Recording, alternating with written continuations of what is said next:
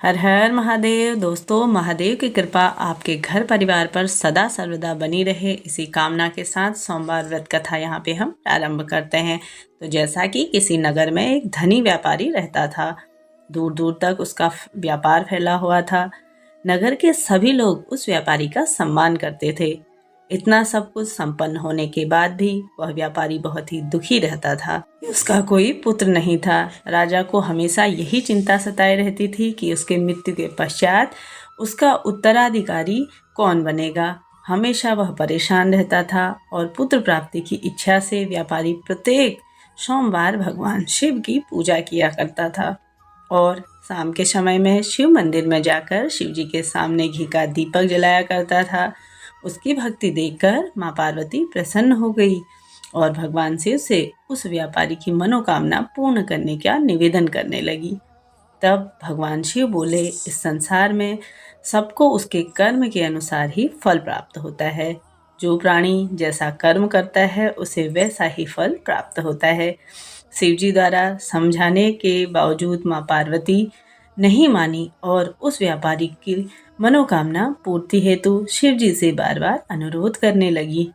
अतः माता के आग्रह को देखकर भगवान भोलेनाथ को उस व्यापारी को पुत्र प्राप्ति का वरदान देना ही पड़ा। वरदान देने के पश्चात भोलेनाथ माँ पार्वती से बोले, आपके आग्रह पर मैंने पुत्र प्राप्ति का वरदान तो दे दिया है, परंतु इसका यह पुत्र 16 वर्ष से अधिक जीवित नहीं रहेगा। उसी रात भगवान शिव उस व्यापारी की से प्रसन्न होकर स्वप्न में आए और बोले कि मैं तुम्हें पुत्र प्राप्ति का वरदान देता हूँ। फिर दुखी होकर बोले कि तुम्हारा पुत्र 16 वर्ष की आयु तक ही जीवित रहेगा। यह बात बताई के बाद व्यापारी को खुशी तो हुई, लेकिन पुत्र की अल्पायु की चिंता ने उस खुशी को नष्ट कर दिया। व्यापारी पहले की तरह सोमवार के दिन भगवान शिव का विधि विधान से व्रत करता रहा। कुछ महीनों के बाद उसके घर में एक अति सुंदर बालक ने जन्म लिया और घर में खुशियां ही खुशियां भर गई। बहुत धूमधाम से पुत्र जन्मोत्सव मनाया गया। साथ ही व्यापारी को पुत्र जन्म की बहुत अधिक खुशी हुई, क्योंकि उसे पुत्र की अल्पायु के रहस्य में पता नहीं था। जब तक पुत्र 12 वर्ष का हो गया तो व्यापारी ने उसे उसके मामा के साथ पढ़ने के लिए वाराणसी भेज दिया।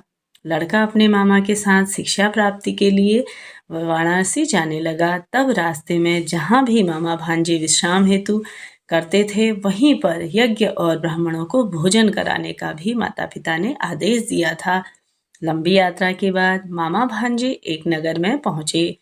उस दिन नगर के राजा की कन्या का विवाह था, जिस कारण पूरे नगर को सजाया गया था।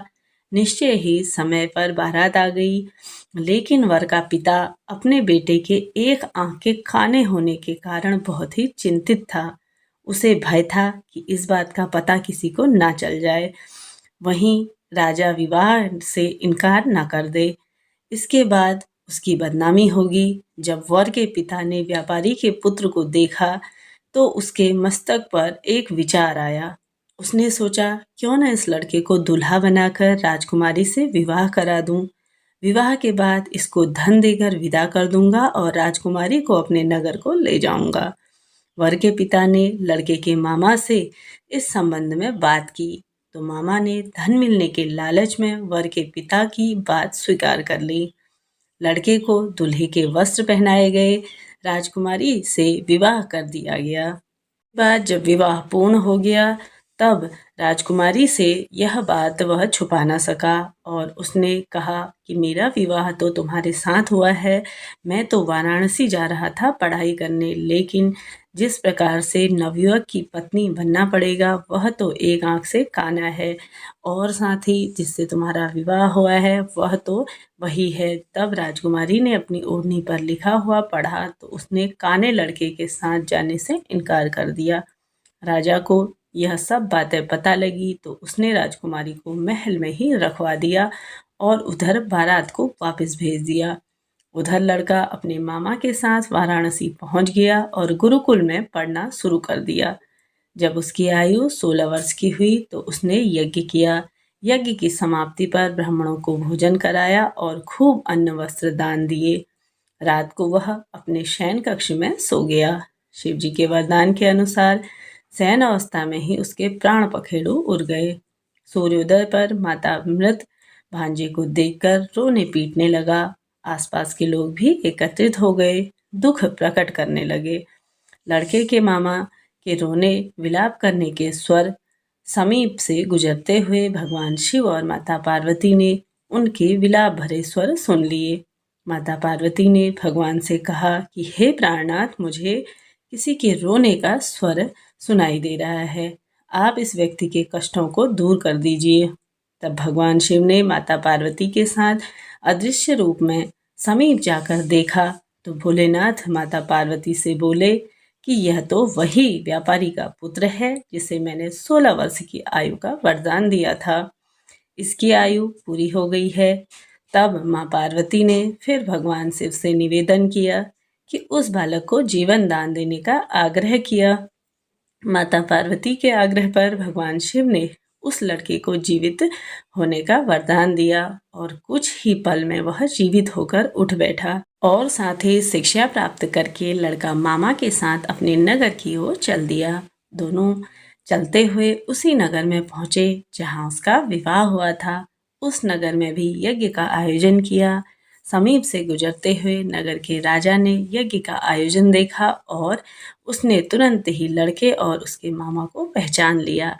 यज्ञ के समाप्त होने पर राजा मामा और लड़के को महल में ले गया और कुछ दिन उन्हें महल में रखकर बहुत सा धन, वस्त्र आदि देकर राजकुमारी के साथ विदा कर दिया। इधर भूखे प्यासे रहकर व्यापारी और उसकी पत्नी बेटे की प्रतीक्षा कर रहे थे। उन्होंने प्रतिज्ञा कर रखी थी कि यदि उन्हें अपने बेटे की मृत्यु का समाचार मिला तो दोनों अपने प्राण त्याग देंगे। परंतु जैसे ही उसने बेटे के जीवित वापस लौटने का समाचार सुना तो वह बहुत ही प्रसन्न हुए। वह अपनी पत्नी से बोले कि मित्रों के साथ नगर के द्वार पर पहुंचो, वहीं हम जाके देखेंगे। तब अपने बेटे के विवाह का समाचार सुनकर पुत्र वधू राजकुमारी को देखकर उसकी खुशी का ठिकाना ना रहा। उसी रात भगवान शिव ने व्यापारी के स्वप्न में आकर कहा कि हे श्रेष्ठी, मैंने तेरे सोमवार के व्रत करने और व्रत कथा सुनने से प्रसन्न होकर तेरे पुत्र को लंबी आयु प्रदान की है। पुत्र की लंबी आयु जानकर व्यापारी बहुत अधिक प्रसन्न हुआ। शिव भक्त होने तथा सोमवार का व्रत करने से व्यापारी की सभी मनोकामनाएं पूर्ण हुई। इसी प्रकार से जो भक्तजन सोमवार का विधि विधान से व्रत करता है, व्रत कथा सुनता है, उसकी सभी इच्छाएं पूरी होती हैं और भगवान शिव शंकर उसके सभी कष्ट दूर कर देते हैं। इस प्रकार से सोमवार व्रत की कथा थी। वीडियो अगर आप सभी के लिए उपयोगी रही हो तो वीडियो को लाइक शेयर करिए, साथ ही मेरे चैनल को सब्सक्राइब करना ना भूलिए। मिलते हैं अगली वीडियो में, तब तक के लिए जय श्री कृष्णा, राधे राधे।